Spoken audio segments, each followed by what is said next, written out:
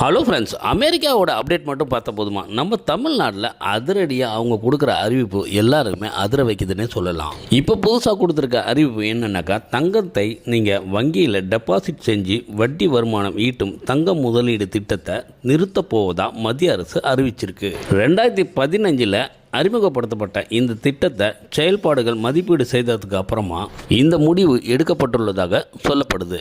ஏற்கனவே தங்கத்தை முதலீடு செஞ்சிருந்தீங்கன்னாக்கா தற்போதைய விதிகளோடபடி அதுக்கான காலம் முடியும் வரை நீங்கள் பலன்களை அனுபவிக்கலாம் அப்படின்னு விளக்கம் கொடுக்கப்பட்டிருக்கு. இதுக்கு முன்னாடி இவங்க கொடுத்த அப்டேட்டு, நீங்கள் ஒரு நகையை வச்சுருந்தீங்கனாக்கா அது மூழ்கிற நிலைமைக்கு வந்துச்சுனாக்கா திருப்பி எல்லா பணமும் கட்டி நீங்கள் வெளியே எடுத்துகிட்டு மறுநாள் தான் வைக்கணும் அப்படின்னு ஒரு புதிய அறிவிப்பு கொடுத்து ஷாக் ட்ரீட்மெண்ட் எல்லாருக்குமே கொடுத்தாங்க.